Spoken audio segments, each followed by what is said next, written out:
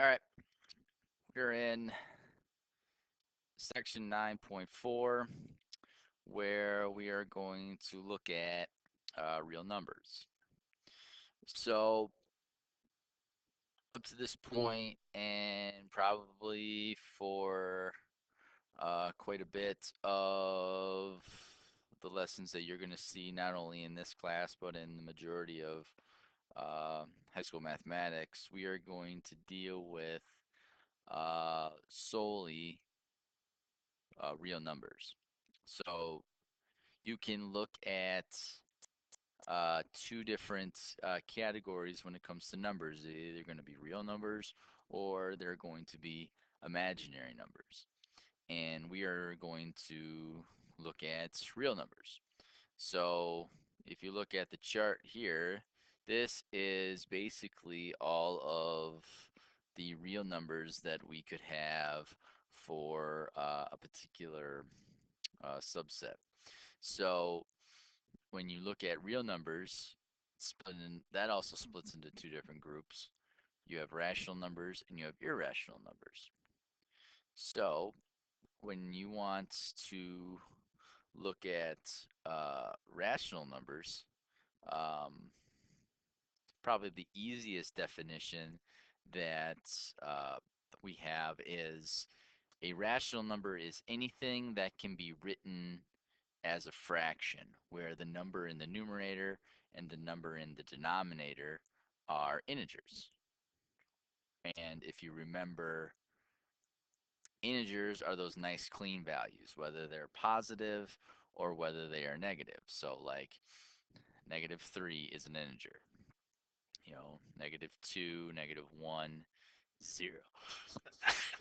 Bless me. And also the positive. So like 1, 2, 3. And both those go on to both negative and positive infinity. Whole numbers are similar to integers, but you're only dealing with the positive numbers. So it starts with 0 and then it goes to 1, 2, 3, and that just only goes to positive infinity. So other values that would be rational are the ones that are not the nice clean values. So like 1/2 is a rational number. 1 is an integer, 2 is an integer. When you write them as a fraction, they're considered rational. -5/8 is a rational number. -5 is a integer. +8 is an integer. Anything that can be written as a fraction like that is considered rational. Even the integers and whole numbers are considered to be rational numbers. You can rewrite them as a fraction because, so like take -3, for example. You can write that as -3/1. All right. -3 is an integer, 1 is an integer. It can be written as a fraction. So those are rational numbers. The next thing is we're going to talk about irrational numbers. Irrational numbers are things that you cannot write as a fraction, where my numerator and denominator are integers, and irrational numbers are going to be a non-repeating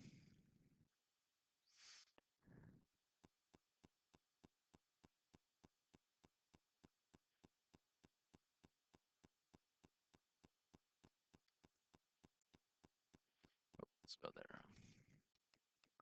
Non-repeating, non-terminating decimal.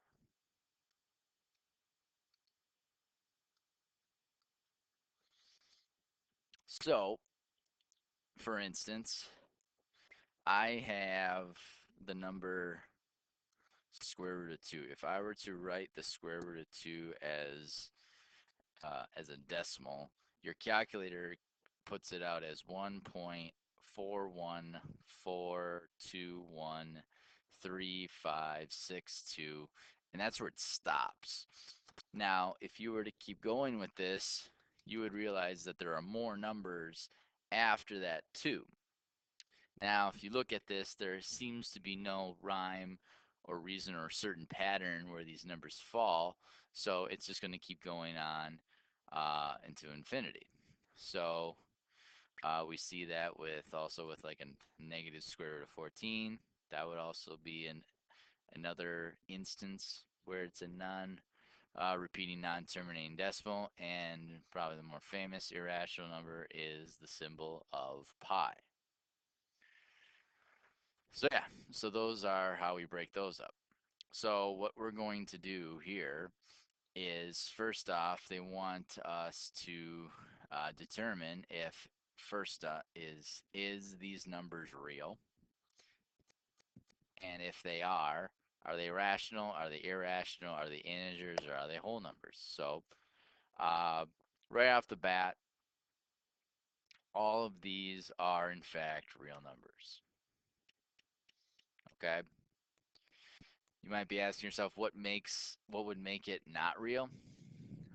What would make it not real is if we had the negative inside the square root. So if we had something like this would be an example of a imaginary number.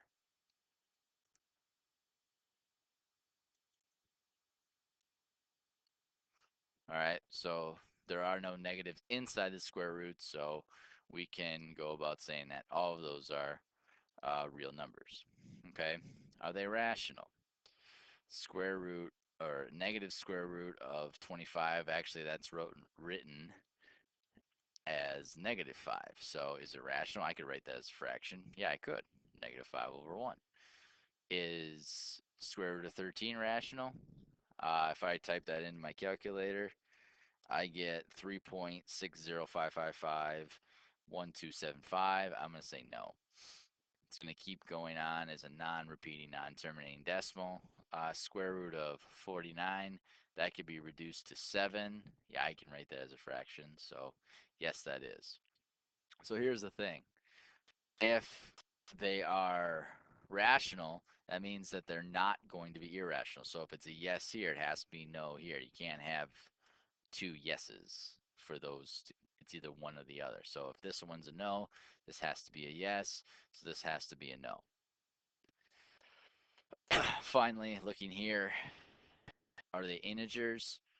Well, negative 5 does fall into that integer value, but in this case, no, it does not mean a whole number because it's not positive. Over here, if we already established that this square root of 13 is irrational, it's on the right-hand side of that subset, we can say no for both integers and whole numbers because integers and whole numbers fell into the rational side of real numbers. And 7, yeah, that's an integer, and also it is a whole number because it's positive. Okay, so you're going to be asked to classify those.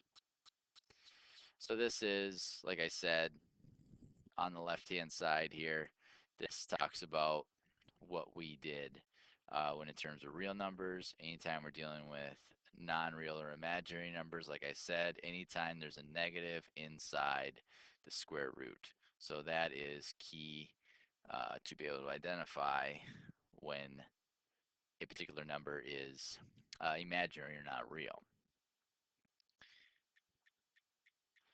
So one of the things that you're going to be asked to do is uh, order these numbers from least to greatest. So order these real numbers, whether they're rational or irrational, and go from there. So the one thing that you do have to keep in mind is they're going to ask you when you want to order these from least to greatest, when you answer the question, they want it to be written in the way that it was given in the problem. So how we find that out, we may have to change the way it looks, but for certain, we are going to have to rewrite it in that way. So what I like to do is I like to do, whether they're in square roots, whether they're in fractions, I want to convert them to decimals, and that'll help us determine which is the least and the greatest and everything in between. So I got negative square root of 10, negative square root of 10 is going to be negative 3.162. So I'm just going to write that in, negative 3.162. And I usually just use 3 decimal points. For some reason, if I have to extend it to a fourth, I will, but 3 is usually a pretty good indication of where all these are going to be. 19 over 5, that is the decimal, would be 3.8. Negative 3, I don't have to do anything with that. I just leave it as is. Square root of 12, that's going to be 3.464. And then finally, the square root of 16 is 4. So what I like to do first is I like to circle all my negative numbers. So I know that those are going to be on the least end because of the negative value. So the largest of the two is the negative 3.162. So that means that negative square root of 10 is my least value.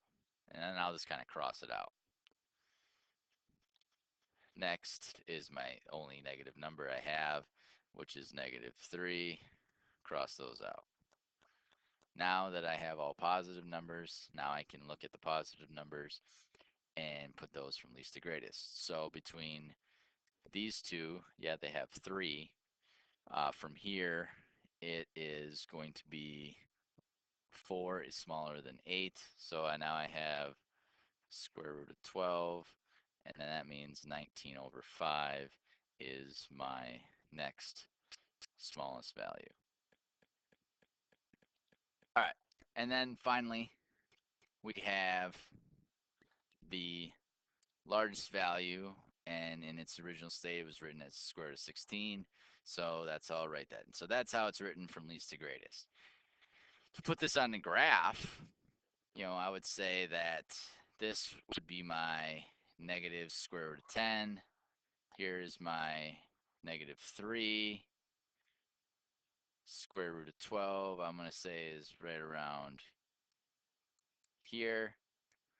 I'm going to say 19 over 5 is right here because of the 3.8, and then square root of 16 would be located right there. Okay, and that is looking at real numbers. Hope this helps. Until next time.